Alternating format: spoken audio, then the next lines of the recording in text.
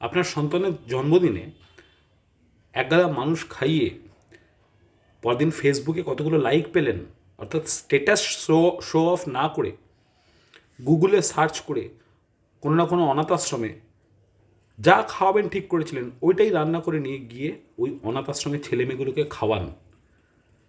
তাদের চোখে যে হাসি, তা আপনার সন্তানের বহু যুগ ধরে আপনার সন্তানের ভগবানের আশীর্বাদের সমান কাজ করবে এবং আপনার সন্তানও বুঝতে শিখবে যে বাবা মা না থাকলে এরা কত কষ্ট করে থাকে।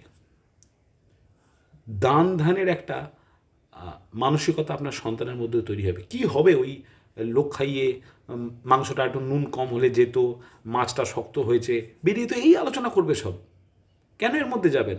তার থেকে যান না অনাথ আশ্রমে, আপনারও ভাল লাগবে চারটি এই ধরনের বাচ্চাকে খাওয়াতে আপনার ছেলে মেয়ের মতো।